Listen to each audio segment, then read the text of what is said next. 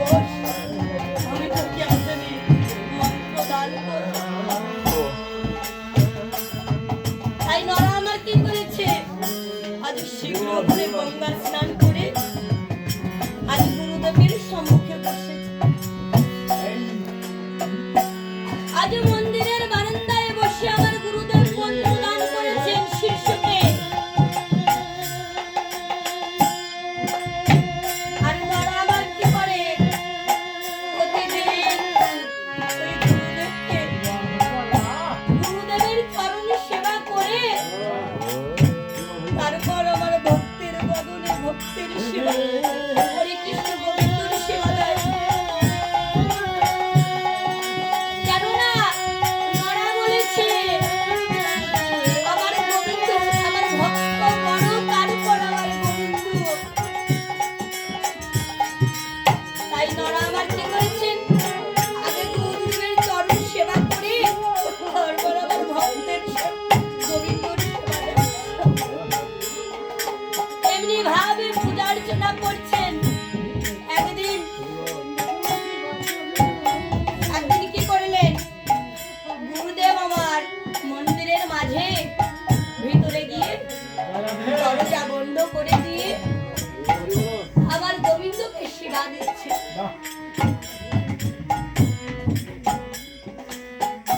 বন থেকে বনফুল চয়ন করে আমার রাধা গোবিন্দর জন্য মালা গেঁথেছে। পূজায় বসে আমার গুরুদেব যখন আমার গোবিন্দর গলায় মালা দিতে যাচ্ছে, আর গোবিন্দর যে চূড়ায় আমার মালাটা বারবার আটকা পড়ছে। আর নরা আমার বারান্দায় বসে আছে, কিন্তু ভিতরে যে কি হচ্ছে নরা আমার সবচেয়ে জ্ঞানী চক্ষু দ্বারা দেখতে পাচ্ছে। যখন বারবার চূড়ায় মালাটা আটকা পড়ছে, তখন নরা আমার বাহির থেকে বলছে, গুরুদেব মালা তো বারবার আটকা পড়ছে, মালাটা একটু সরিয়ে চূড়ার বাম পাশের দিকে দিন, তাহলে আপনাকেই আমার রাধা গোবিন্দর গলায় মালা দিয়ে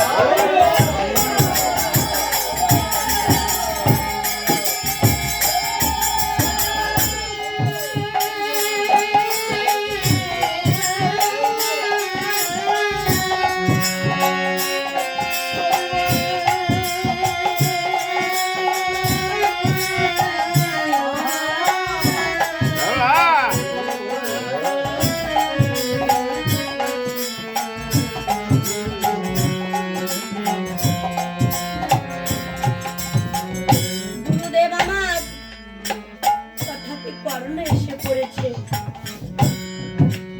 তখন গুরুদেব বলেছে, তাই তো, আমার মন্দিরের দরজা তো বন্ধ আছে, কিন্তু এই ধ্বনি আমি কোথা থেকে শুনতে পেয়েছি, এখানে তো কোনো দ্বিতীয়ত ব্যক্তি নাই। গুরুদেব আমার পূজা শেষ করে বাহিরে এসেছে, বলেছে নরা রে,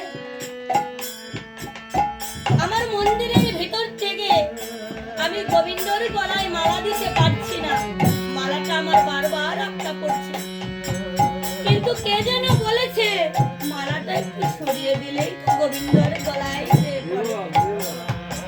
তুই কি জানিস না এই কথাটা কে বলেছে বাবা? নরা আমার কি করেছে, নয়ন জল ছেড়ে দিয়ে বলছে, গুরুদেব অপরাধ মার্জনা করবে। কথাটা আমি বারান্দা থেকেই বলেছিলাম। তা বলেছে, নরা আমার মন্দিরে তো দরজা বন্ধ ছিল, তুই কেমন করে দেখলি? তা বলেছে, গুরুদেব এই বারান্দায় তুমি আমাকে মন্ত্র দীক্ষিত করেছো, সেই মন্ত্রের দ্বারা আমি জ্ঞান চক্ষু দ্বারা আমার গুরু ভজনার কৃপায় আমি মন্দিরের মাঝে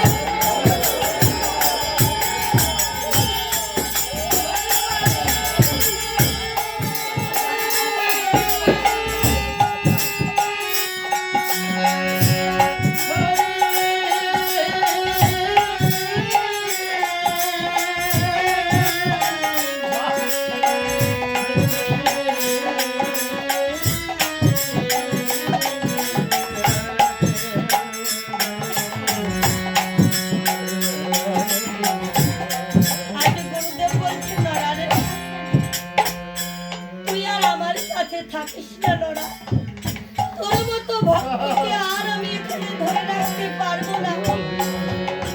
তুই তো সে আমার অনাধি রাজা গোবিন্দর পরম ভক্ত রে, তবে তুই যা। কিন্তু অন্তরে ছিল আমার গুরুদেবের বড় অহংকার, যে দেখি আমার ভক্ত কেমন করে ওই সংসার মাঝে গিয়ে এমনি ভাবে আমার গোবিন্দকে কি ভাবে না করে।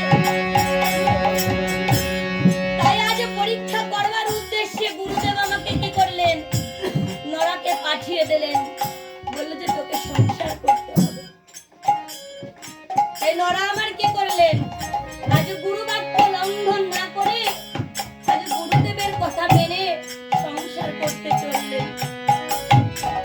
কিন্তু কোথায় সংসার করেছিলেন, ওই গহীন বনে তাল পাতার জীর্ণ কুঠির দিয়ে সেখানে আমার রাধা গোবিন্দ প্রতিষ্ঠান করেছিলেন।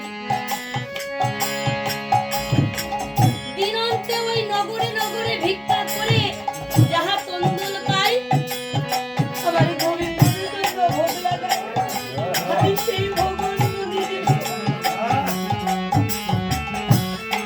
ছোট বাজাও,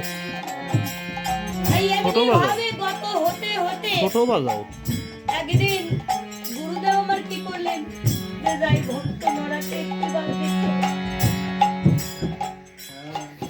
এমনি ভাবে